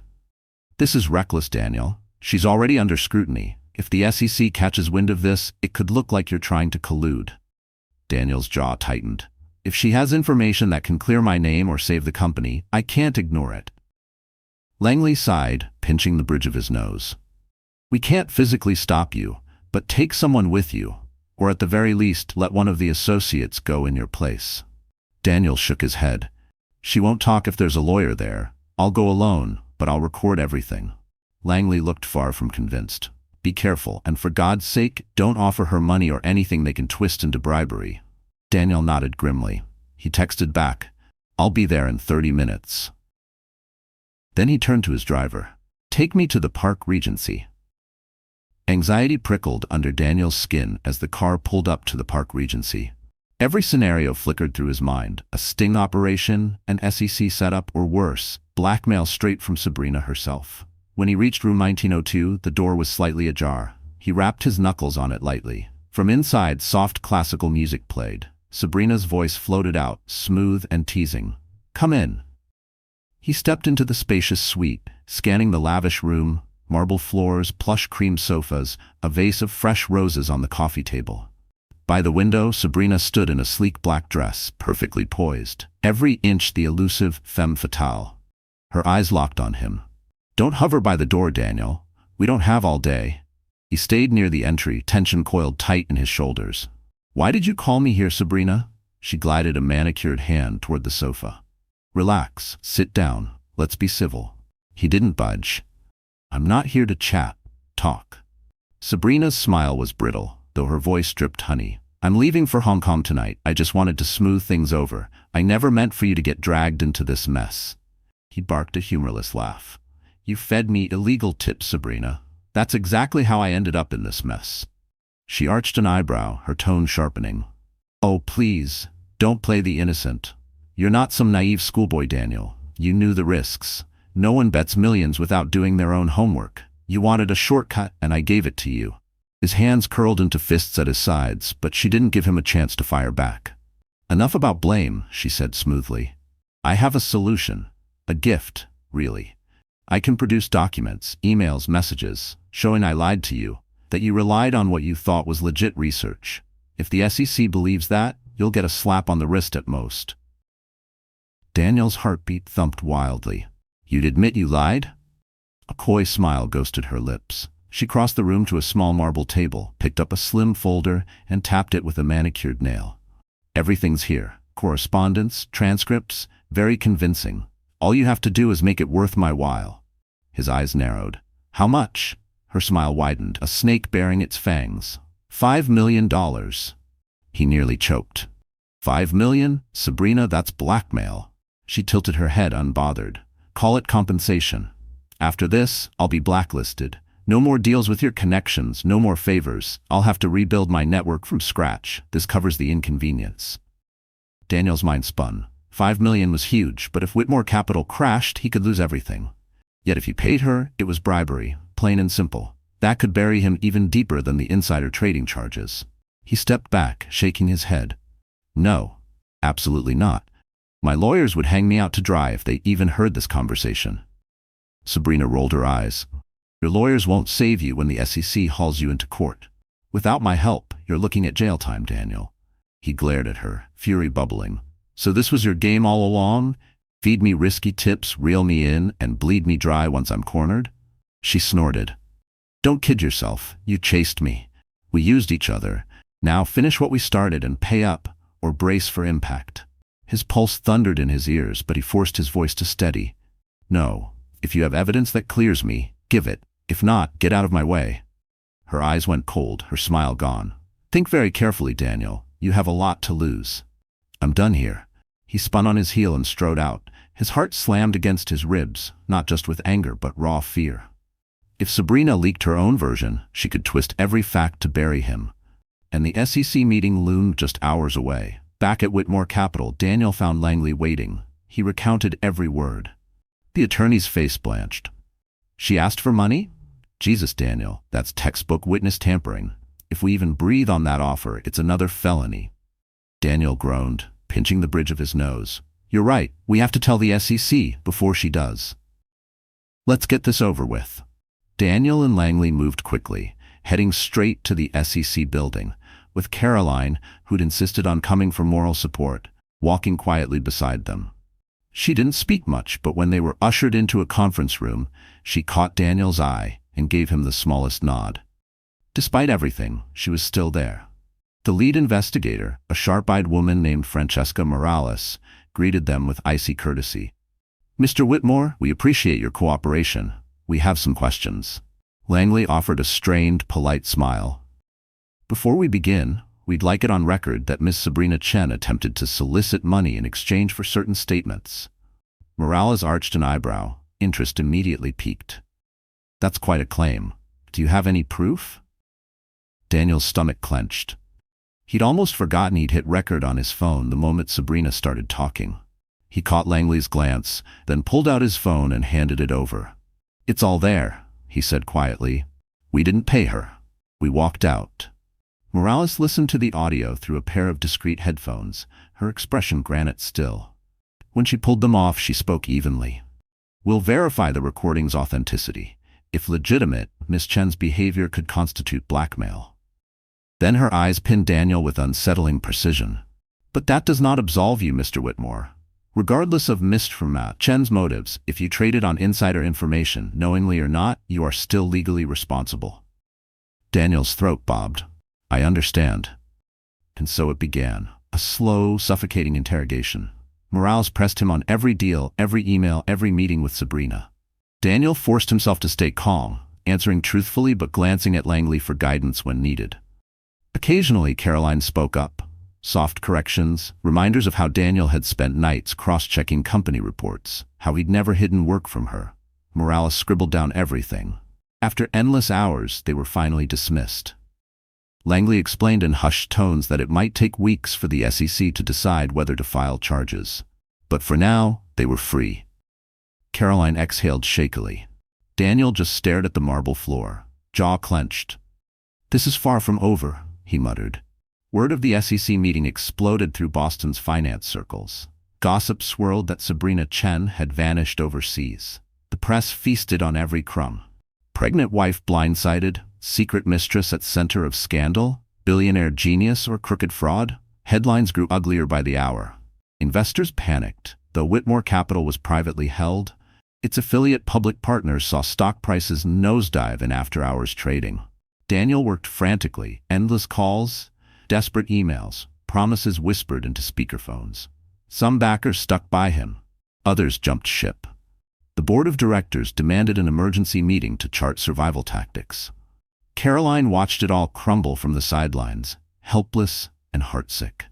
Every day, new photos leaked. Daniel and Sabrina at charity galas, tucked in corner booths at private dinners, her hand grazing his arm, his smile soft and unguarded.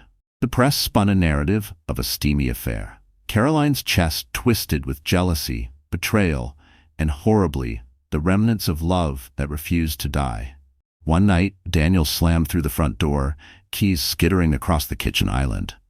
We lost another investor. The board's at my throat. Caroline, who had been pacing the apartment, approached him slowly. You need to make a clear public statement. Lay out what really happened. Explain the insider allegations and the truth about Sabrina. People need to hear it from you. Daniel's palm slammed onto the marble counter with a sharp crack. I can't. The lawyers forbid it, Caroline. Anything I say could be twisted in court, and if I comment on Sabrina, I'm just giving the tabloids more ammunition. She fought to keep her voice calm. So you do nothing? His eyes, bloodshot and exhausted, flicked up. Yes, for now, we wait.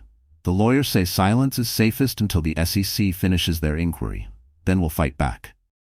Caroline just nodded numbly, swallowing down everything she wanted to scream. She'd never felt more shut out or more alone.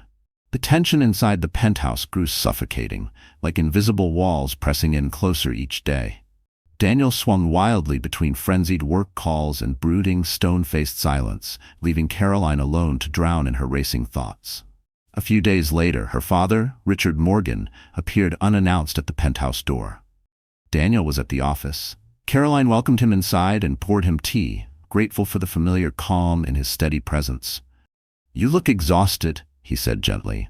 "I can't sleep," Caroline confessed. "It just keeps replaying in my head, over and over." Richard set his hand over hers, his thumb rubbing reassuring circles. "Come home with me for a while. Clear your mind. Let Daniel deal with this chaos on his own." She hesitated, her chest tightening. I don't want to feel like I'm abandoning him." "You wouldn't be abandoning him, sweetheart," Richard said firmly. "But you're pregnant. You're stressed to the point of breaking. That's not safe for you or the baby.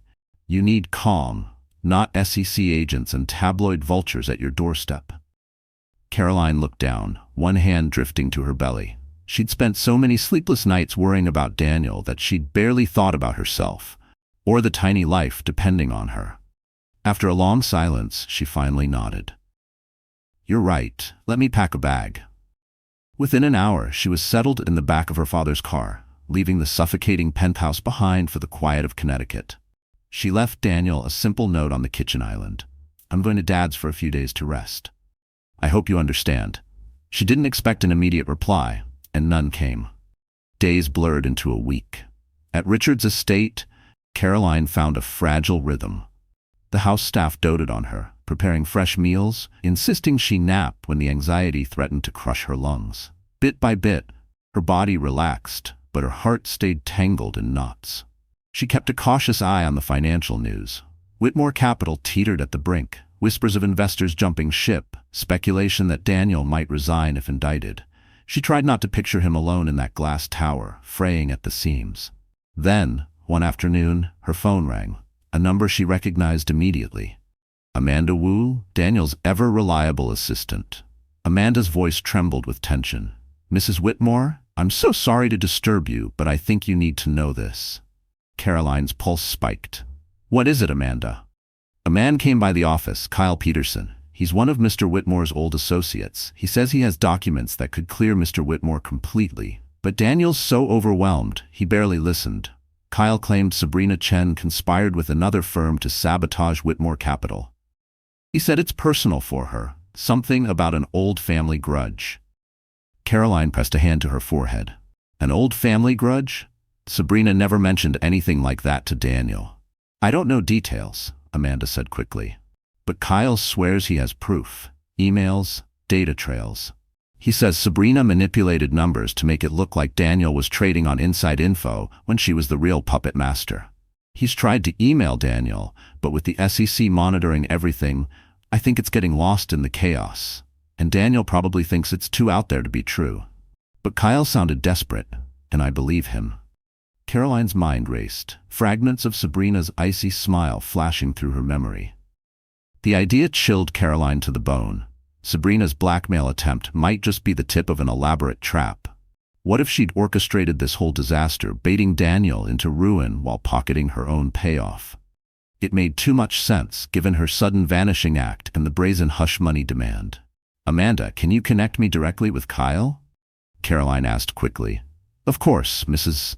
Whitmore. I'll text you his number right now." Minutes later, Caroline was on the phone with Kyle Peterson himself. Kyle explained everything in a tense, hurried voice. Sabrina's father, Wei Chen, had once battled Daniel for a massive Chinese tech merger. Daniel's win had cost Wei Chen millions and humiliated him back home.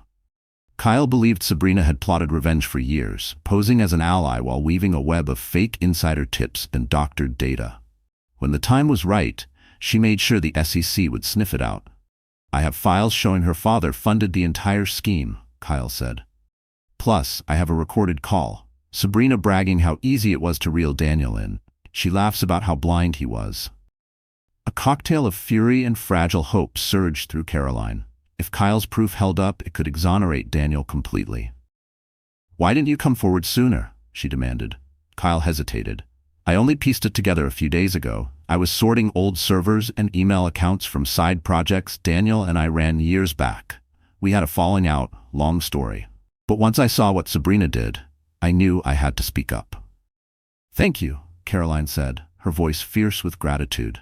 "Please get every scrap of that evidence to Daniel's lawyers, and send a copy to me too." The next morning, despite her father's protests, Caroline packed her bag and caught the first train back to Boston. "Caroline, you don't need this stress. Stay here where you're safe," Richard pleaded. She shook her head. "If this can save him, I have to be there." When she reached Whitmore Capital, chaos ruled the sleek glass tower. Daniel sat slumped at a conference table, surrounded by half-empty coffee cups and piles of frantic paperwork. His eyes were red, his hair unkempt. The board of directors was in open revolt. The press dubbed him the next Bernie Madoff. Caroline stepped inside the boardroom and laid her hand gently on his shoulder. He flinched, then turned. Relief and disbelief crossed his exhausted face. "Caroline, you're back?" She nodded firmly. "I have news. I spoke to Kyle Peterson." Daniel frowned. "Kyle? God, I haven't thought about him in years."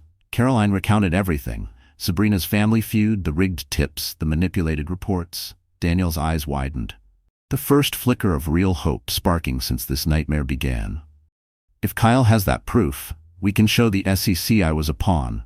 This changes everything." "It does," Caroline agreed. "But we have to move fast, before Sabrina vanishes for good." Daniel immediately summoned Langley and the entire legal team. Within the hour, Kyle arrived, hauling a battered briefcase brimming with paper files and thumb drives. He laid it all out. Forged reports, doctored research, private emails showing how Sabrina funneled tips to Daniel. The final nail in Sabrina's coffin, an audio clip where she laughed and purred, "Daniel's so hungry for power, he'll never ask where the data comes from. By the time the SEC is done with him, he'll be toast." Langley's eyes gleamed with barely contained triumph. "This is exactly what we needed," Langley said, eyes gleaming as he tapped the pile of fresh evidence. "With this, we can build a case that Daniel was the victim of fraud. He'll still have to answer for sloppy due diligence, but the liability shifts drastically." Daniel sat frozen, as if someone had thrown him a life raft just before he went under for good. He turned to Caroline, his voice hoarse. "I don't deserve you. God, I was so reckless. I should have seen it coming." She laid her hand gently over his. "Let's just get through this, Daniel." Beneath her calm words, her chest tightened with all the fury and hurt she'd buried for weeks. She couldn't forget so easily. But for now, survival came first. Forgiveness would have to wait its turn. Armed with Kyle's documents and recordings, Daniel's legal team presented everything to the SEC. The reaction was swift and dramatic. Francesca Morales personally questioned them for hours, testing the evidence, verifying the authenticity of every file, and comparing it against Sabrina's earlier statements. 2 days later, the SEC released an official update.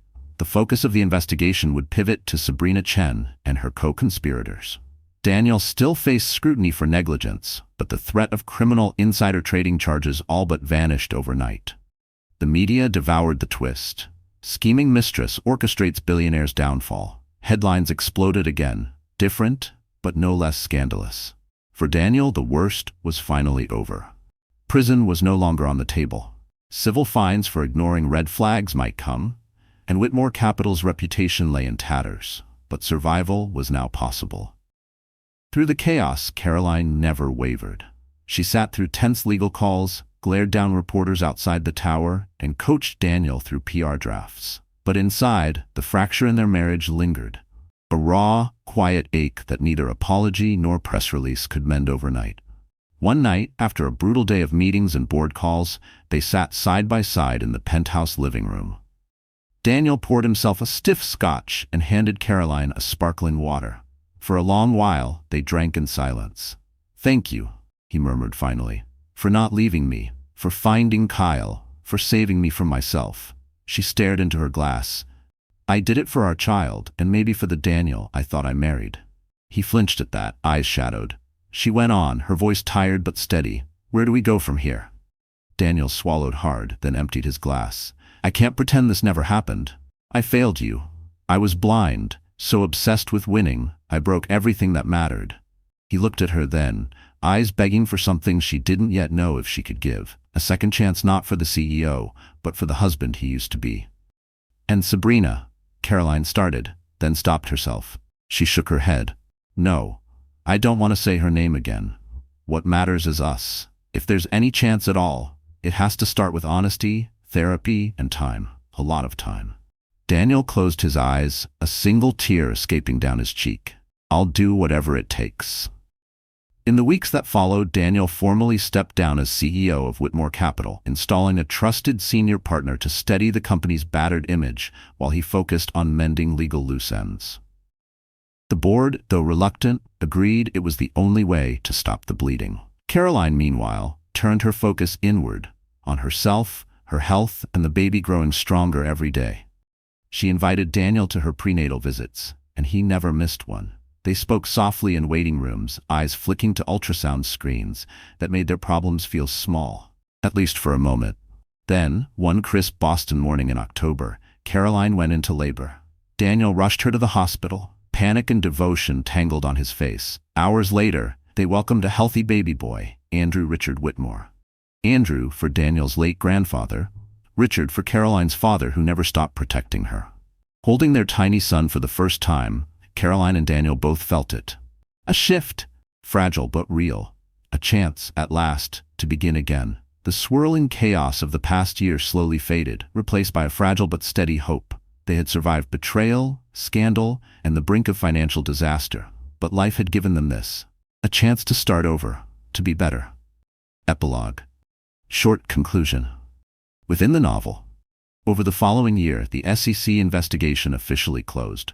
Daniel settled the negligence charge with a steep fine and a binding agreement for stricter compliance at Whitmore Capital.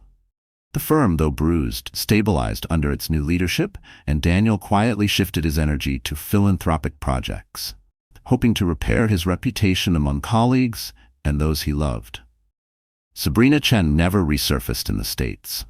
Rumor placed her in Hong Kong under her father's protection, but whispers of future lawsuits and extradition requests lingered wherever her name was mentioned. For Caroline and Daniel, the road back to trust was long and uneven. They stuck with therapy, learning to speak without deflecting, to argue without cruelty. Most of all, they poured their hearts into raising little Andrew Richard Whitmore in a home defined by warmth and honesty, things they once took for granted. There were nights of raw confessions and days when old pain flared up like a bruise that wouldn't quite heal. But gradually, Caroline found herself forgiving piece by piece, and Daniel worked tirelessly to become the man she once believed he was. It wasn't a fairy tale ending, life rarely is. But in the soft echo of their son's giggles and the quiet resilience of their renewed vows, they found something genuine. A love reborn from mistakes and a future worth fighting for. Though the headlines had once shouted betrayal and scandal, the final pages of their story remained unwritten, filled with the promise of redemption and a second chance at happiness. So, that's how Hannah's story comes to an end. Or maybe how her real story begins. And if you're still here with me, right now, reading these words until the very last second, then I know this story touched something deep inside you too, didn't it? What did we really learn here? Sometimes the ones we trust the most can break us in ways we never imagined. But as the Stoic philosopher Epictetus said, it's not what happens to you, but how you react to it that matters. Hannah couldn't control Ethan's betrayal, but she could choose not to let it define her. She chose to take back her dignity, protect her child, and rebuild a life on her own terms. Life has this cruel habit of shattering what feels safe and predictable. Yet every heartbreak can be a doorway to strength. For you reading this right now, maybe you're carrying silent wounds too. Maybe you're facing a betrayal, a loss, a storm you didn't invite. If so, remember, your peace is your responsibility. No one can steal it unless you hand it over. Marcus Aurelius once wrote, "You have power over your mind, not outside events. Realize this and you will find strength." Hannah found hers, one fragile step at a time. So can you. If this story gave you courage or even a tiny spark of hope, then do me a favor, dear friend. Don't keep it to yourself. Tap that like button, share this with someone who might need a reminder that broken doesn't mean defeated. And most importantly, subscribe to this channel. I promise, together, we'll keep telling stories that remind us all. Storms come, but so does calm, and we are stronger than we know. Until next time, stay gentle, stay brave, and protect your peace.